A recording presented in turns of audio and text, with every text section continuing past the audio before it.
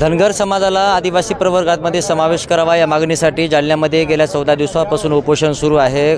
धनगर समाजाचे नेते दीपक बोराडे यांनी काल रात्रीला आदेश दिला की सर्व महाराष्ट्रभरामध्ये चक्काजाम आंदोलन करण्यात यावं आणि त्याच पार्श्वभूमीवरती आज जिंतूरच्या अण्णाभाऊ साठे चौकामध्ये या ठिकाणी चक्काजाम आंदोलन धनगर समाजाच्या वतीने करण्यात आलेलं आहे। माझ्यासोबत आंदोलनकर्ते आहेत। आज आपण या ठिकाणी चक्काजाम आंदोलन केलेलं आहे।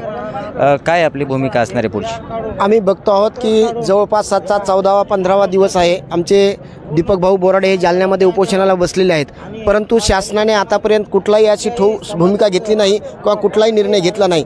कारण आम्ही जालन्यावरती लाखोच्या संख्येने धडकलो होतो। त्यानंतर प्रत्येक तहसील समोर जिल्हाधिकाऱ्याला समोर आम्ही निवेदनं दिले होते, धरणे आंदोलन धरले होते। त्यानंतर मंत्र्याच्या घरासमोर प्रत्येक आमदाराच्या खासदाराच्या घरासमोरही आम्ही निवेदनं दिले होते, आंदोलन केलं होतं, ढोलबजाव आंदोलन केलं होतं। तरीही सरकार जागं झालं नाही। सरकारने एक आमचं शिष्टमंडळ त्या ठिकाणी बोलवलं होतं, परंतु त्यातूनही काही ठोस साधा पुरावा निघाला नाही। पुन्हा देवेंद्र फडणवीस धनगर समाजाला एक चॉकलेट देण्याचा प्रयत्न करतात। पुन्हा ते म्हणतात की आपण कोर्टामध्ये जाऊ, पुन्हा तुमचे पुरावे सादर करू, आम्ही तुमच्या वकिलाचा खर्च भरू। आमच्या वकिलाचा खर्च भरायला आमचा समाज सक्षम आहे, तिथं कोर्टातली लढाई आम्ही लढणारच आहोत। परंतु जे काही डॉक्टर बाबासाहेब आंबेडकरांनी भारतीय राज्यघटनेमध्ये दिलेलं आहे, आम्ही नव्यानं काही मागत नाहीत। आमची जुनी मागणी तीच आहे की जे काही डचं र झालेलं आहे ते आपण कृपया लवकर करावं। कारण फक्त राज्यपालाच्या सहीनुसार 4 पानाचं पत्र जर आपण केंद्र शासनाला दिलं, कृपया आपण डच्या ऐवजी र असा उल्लेख करावा, तर जास्त दिवस लागणार नाही। 2 ते 4 दिवसाची प्रक्रिया आहे आणि ही प्रक्रिया तुम्हाला पूर्ण करू शकत नाहीत। तुम्ही सांगितलं होतं तुम्ही अभ्यासू आहात। देवेंद्र फडणवीसांना माझा एक प्रश्न आहे, तुम्ही अभ्यासू आहात। तुम्ही 2014ला म्हटलं होतात की पहिल्या कॅबिनेटमध्ये तुमचं करता येतं आणि मी तुम्हाला करून देतो। मग का बरं आज हा धनगरांचं तुम्ही फसवेगिरी करताय, धनगर समाजाला फसवताय? कारण आमच्या समाजाने तुम्हाला सत्तेवर आणलं होतं, आम्ही तुम्हाला सत्तेवर आणू शकतो आणि तुम्हाला सत्तेच्या खाली खेचूसुद्धा शकतो। आता हा धनगर समाज जास्त दिवस तुमचा अंत पाहणार नाही। काही आमच्या दीपक बोराडे आम्हाला जेव्हा काही आदेश देतील तेव्हा नक्कीच उद्रेक होईल।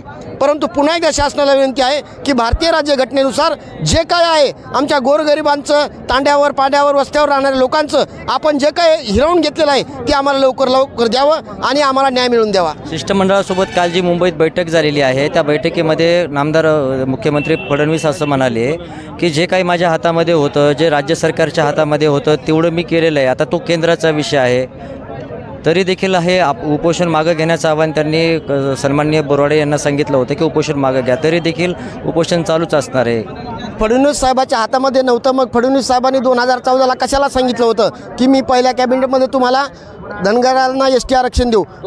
तो निवडणुकीचा एक आश्वासन असा जुमला असू शकतो। नाही, याचा अर्थ तुम्ही धनगराशी खोटं बोलताय, तुम्ही फक्त मताचं राजकारण करताय। मग मी त्यांना एक प्रश्न विचारेल की मग मराठा समाजात जास्त मतदान आहे, मग तुम्ही मराठा समाजाला 10 मिनिटात GR देता का? आमचा समाज त्यांच्यापेक्षा कमी आहे, मग आमची अवहेलना करता का?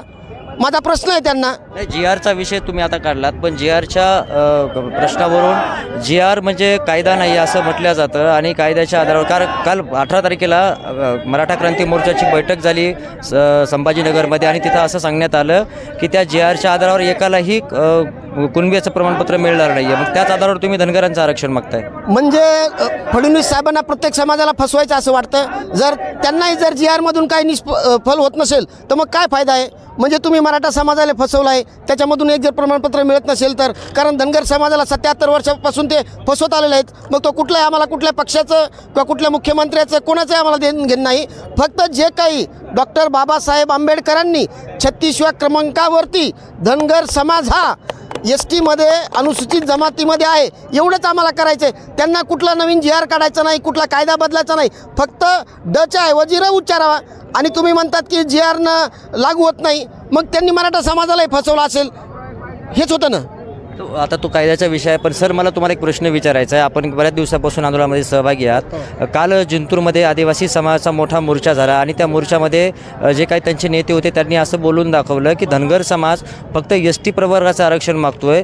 मुळात धनगर समाज 28 राज्यांमध्ये वेगवेगळ्या कॅटेगरीमध्ये होते, काही ठिकाणी OBCमध्ये आहे, काही ठिकाणी SCमध्ये आहे। मग तुम्ही STचं आरक्षण का मागता? STचे आरक्षण आम्ही याच्यामुळं मागतो की ज्या आदिवासी समाजाचा जो प्रश्न आहे, आदिवासी समाजाच्या आरक्षणाला कोणत्याही प्रकारचा धक्का न लावता धनगर समाजाला आरक्षण देण्याची तयारी आदरणीय मुख्यमंत्री देवेंद्र फडणवीस यांनी दिलेली आहे। तुम्हाला मी आत्ताच बारामतीचं त्यांचं ज्या काल काल काल शिष्टमंडळापुढं फडणवीस असं म्हणाले की तो माझ्या हातातला विषय नाही आहे, जितकं काही राज्याला करता आलं तितकं मी केलेलं आहे. आता तो केंद्राचा विषय आहे, तो सन्माननीय न्यायालयाचा विषय आहे. बरोबर आहे. आता देवेंद्र फडणवीस यांनी जे सांगितलं त्यामध्ये महत्त्वाचा मुद्दा असा आहे, यांना जर मनाभावनेतून करायचं असेल ST अंमलबजावणी करायची असेल तर सरकार कोणाचं आहे? सध्या महाराष्ट्र शासन त्यांचंच आहे, केंद्रात सरकार कोणाचं आहे? त्यांचंच आहे, भाजपचंच आहे. मग आता ही दुरुस्ती समजा करायची ठरली आणि त्यांनी मनावर घेतलं आणि आज पत्र दिलं की दुरुस्तीच्या संदर्भामध्ये की धनगड आहे त्याऐवजी धनगर वाचावे अशा प्रकारची शिफारस समजा केंद्राला केली राज्यपालातर्फे आणि राज्यपालांचं हे पत्र राष्ट्रपतींना दिलं आणि त्याप्रमाणे दोन्ही सरकार एकच असल्यामुळं या ठिकाणी अंमलबजावणी करायला त्यांना अडचणच नाही. कारण काय त्याचं की त्यांनी स्पष्ट सांगितलेलं आहे की आदिवासी समाजाच्या आरक्षणाला आम्ही धक्का लावणार नाहीत. मग धक्का लावणार नसतील आणि त्यामध्ये त्यांची काही तरतूद असेल तर त्याप्रमाणे अंमलबजावणी करतील. पण असं आहे की जी TRS नावाची संस्था आहे, ट्रायबल रिसर्च असोसिएशन, त्यांची मान्यताच मिळत नाही आहे मुळात. फडणवीसांनी काल बोलून दाखवलं मान्य. ही धनगर समाजाच्या प्रतिनिधींनी सगळ्यांनीच त्या संस्थेला विरोध केला होता. कारण ऑलरेडी धनगर समाजाचं 36व्या क्रमांकाला धनगड असा स्पष्ट उल्लेख आहे. सर्व भारतामध्ये धनगड कुठंच नाहीत, महाराष्ट्रात कुठंच नाहीत. महाराष्ट्रात होते 5 जणांना चुकून. आता ग्रामीण भागाचा प्रश्न आहे, मी समजा एखादी TC मुलाची टाकायला गेलो, ते शिक्षक मंडळी त्या पद्धतीने प्रायमरीची काय विचारते, तुमचं नाव सांगा, तुमची जात सांगा. त्यांनी धनगड सांगितली. कोणा त्याच्या भावकीचे माणसं होते ना, त्याने धनगड सांगितली. 4-5 कुटुंबाला ते प्रमाणपत्र मिळालं. मग त्या प्रमाणपत्राच्या आधारे कोर्टात की धनगड महाराष्ट्रात आहेत हे सिद्ध केलं. आता हे जे काही शासनानंच पुन्हा त्या ठिकाणी हे प्रमाणपत्र रद्द करण्याची प्रक्रिया नाशिक आयुक्ताकडून करण्यात आली, ते रद्द झाले. आता महाराष्ट्रात धनगड ही जी काही जात आहे ही नाहीच आहे. आहेत ते धनगर आहेत हे कोणाला? प्रशासनाला माहीत आहे, सरकारला माहीत आहे, शासनाला माहीत आहे, केंद्राला माहीत आहे. आणि तुम्हाला एक महत्त्वाची गोष्ट सांगतो, ज्या वेळेस पंतप्रधान सध्याचे मोदी साहेब सोलापूरला आले होते त्यावेळेस जाणीवपूर्वक सर्व धनगर समाजाच्या सभेमध्ये त्यांनी सर्वांना विचारलं होतं की या सरकारनं तुम्हाला आरक्षणाच्या STच्या सवलती देतो म्हणले, त्याचं काय झालं?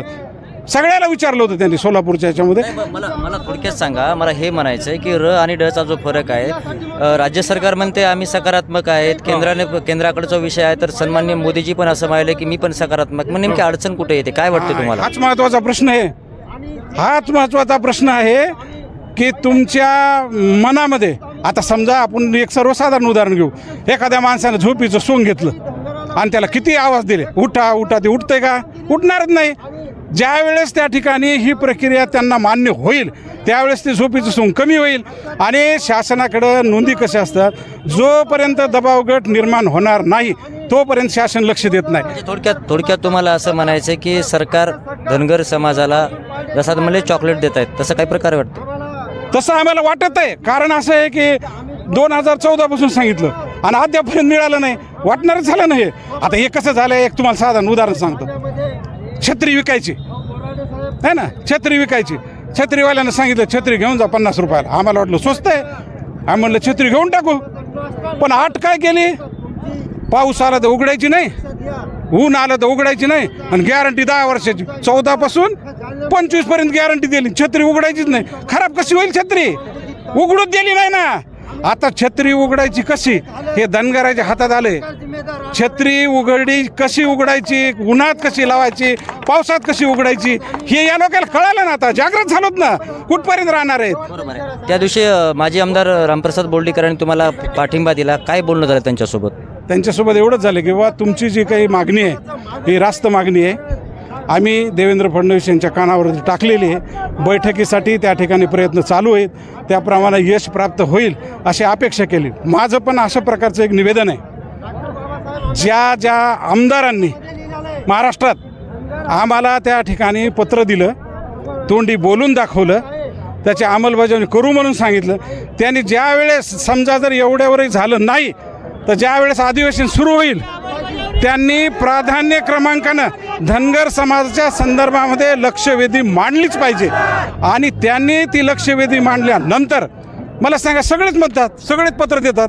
मेघना बोर्डीकरांशी काही बोलणं झाले काय विषयावर तुमचं? संपर्क झालेला आहे. शासनाचा जो शब्द आहे सकारात्मक, तोच शब्द आम्हाला लागू झाला आणि सकारात्मक हे कधी निघतंय तेच आम्हाला कळणं झालं आहे. कारण कसं झालं, हे नकारात्मक दृष्टिकोन आम्हाला फार जाळायला आहे. त्याचं कारण अशा प्रकारचं एक तुम्हाला उदाहरण सांगतो की तळ्यावर सगळे प्राणी यायचे पाणी प्यायला आणि त्याच्यात एक माकड होतं. ते माकड आलं ना काय करायचं की ते उड्या मारायचं. मग त्या माकडावाल्यानं काय केलं, त्याला टोपी घातली, त्याला चांगला ड्रेस घातला आणि ते उड्या मारू लागलं. मग उड्या मारायला लागल्यावर तळ्यावर बाकीचे प्राणी आले, त्याला पाहायचे, लांबूनच हसायचे आणि गपचूप बसायचे. मग सगळ्याला सांगितलं की हे जे काही टोपरं बांधलं माकडानं, त्यानं जे काही ड्रेस घातला त्याच्याकडं कोणीच लक्ष देऊ नका. कोणाकडं? त्या माकडाकडं कोणीच लक्ष देऊ नका. मग आलेल्या प्राण्याकडे लक्ष द्या. मग बाकीच्याला विचारलं, कोणाला विचारलं तुम्हाला काय दिसलं? प्रत्येक जणांनी काय सांगितलं, ते वानर नाही का, ते माकड नाही का, ते उड्या मारायला तर आम्हाला दिसलं. आमचं तसं झालं आहे. हे कसं झालं आहे, उड्या मारायला एक जण, बाजूचे जे काही संदर्भ आहेत हे सगळेच प्राणी तिथे यायलेत पाणी प्यायला आणि ज्याला मिळेल ते पाणी पिऊन चालले. आम्ही आपल्या उड्या मारण्यातच गुंगीत अशी परिस्थिती आमची झाली. म्हणून ही अंमलबजावणी व्हावी एकच आणि एकमेवच मागणी सध्या सरकारपुढं आमची आहे. ओके, या ठिकाणी काही तरुण धनगर आंदोलनकर्ते माझ्यासोबत आहेत, जे धनगर समाजासाठी वेळोवेळी आंदोलनामध्ये सहभागी असतात. आता आपण एक महत्त्वाचा विषय घेतला होता, आपण एक उदाहरण सांगितलं होतं. काय तुमची भूमिका असेल एक तरुण म्हणून, तुम्हाला काय वाटते आरक्षणाच्या संदर्भात? तेच मला वाटते, सरकार आम्हाला सातत्यानं आता फसवत आहे. गेली 2014ला समजा देवेंद्र फडणवीसांनी सांगितलं होतं की तुम्हाला पहिल्याच कॅबिनेटमध्ये आम्ही तुम्हाला धनगर आरक्षण, ST आरक्षण देऊन टाकू. पण अजूनही ते प्रश्न अजून मार्गीत लागला नाही. आणि आताही काय सांगतात, राज्याकडे आम्ही गेलो, आंदोलन महाराष्ट्रात केले, ते म्हणतात हे केंद्राचाच प्रश्न आहे. केंद्राकडे आता आमचे एक वकील गेलेले आहेत, विठ्ठल सर काय नाव आहे त्यांचं, तर ते पत्र पाठवले, तर ते आपल्याला येईल त्याचा मेसेज काय येतं. आणि दीपक भाऊ बोराडे आपले जे सांगतील आता आम्हाला याच्यानंतर, तसंच आम्ही सगळेजण त्यांच्या शब्दाला म्हणजे मान देऊन सगळ्या गोष्टी आम्ही त्याच करणार आहेत. ते बांधतील ते तोरण, म्हणतील ते धोरण. असं तुम्ही किती शिक्षण चालू आहे तुमचं? कितवीला आहेत तुम्ही? लास्ट इयर चालू आहे. बरं, धनगर आरक्षणाच्या मुद्द्यावरून आता सध्या संपूर्ण महाराष्ट्रामध्ये वातावरण पेटलेलं आहे. शिक्षणामध्ये तुम्हाला नेमक्या काय अडचणी आल्यात का? असं काय अनुभव आला आहे का तुम्हाला? कसं आहे माहिती आहे का, महाराष्ट्राच्या राजकारणामध्ये अन्याय करणाऱ्यापेक्षा अन्याय सहन करणारा हा फार मोठा गुन्हेगार असतो. आणि गेली 70 वर्ष आमच्या समाजाने हा अन्याय केलेला आहे. समाजावरती अन्याय झालेला आहे. डॉक्टर बाबासाहेब आंबेडकरांनी भारतीय राज्यघटनेमध्ये 36 नंबरला धनगर समाजाला STत आरक्षण दिलेलं असतानासुद्धा त्याची अंमलबजावणी झाली नाही. ते आम्हाला लागू केलं नाही. कारण माझा समाज हा अडाणी होता, त्यांना निरक्षर होता, त्यांना शिक्षणातला काही रस नव्हता. शेळ्या, मेंढ्या आणि आमचं शेत, फक्त एवढंच माझ्या समाजाला माहिती होतं. आणि आत्ता जी माझ्यासारखी युवा पिढी आहे ती महामानव डॉक्टर बाबासाहेब आंबेडकरांचा आदर्श घेऊन रस्त्यावरती उतरत आहे, शाळामध्ये, कॉलेजेसमध्ये जात आहे. त्यामुळे ह्या जी काही प्रक्रिया आहे ती आमच्या लक्षात येते. आणि त्या अनुषंगाने आज आम्ही जिंतूरमध्ये माननीय दीपक भाऊ बोराडे, जे 15 दिवसापासून धनगर समाजासाठी उपोषण करत आहेत जालन्यामध्ये, त्यांच्या आदेशानुसार आम्ही इथं आज रस्त्यावर उतरलेलो आहेत. आणि येत्या काळामध्ये जर फडणवीस सरकारनं धनगर समाजाच्या आरक्षणाची अंमलबजावणी केली नाही, आम्हाला कुणाचं वेगळं द्या म्हणत नाही आहे. आमचं बाबासाहेब आंबेडकरांनी आम्हाला संविधानामध्ये दिलेलं आहे, त्याची फक्त अंमलबजावणी करायची आहे.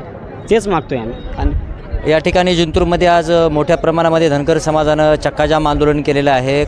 उपोषणकर्ते जालन्यामध्ये 14 दिवसांपासून दीपक बोराडे उपोषण करत आहेत. काल रात्रीला त्यांनी जो आदेश दिलेला आहे त्या आदेशावरती आज धनगर समाज या ठिकाणी एकवटला होता. सहकारी भागवत चव्हाणसह रत्नदीप शेजावळे, जिंतूर.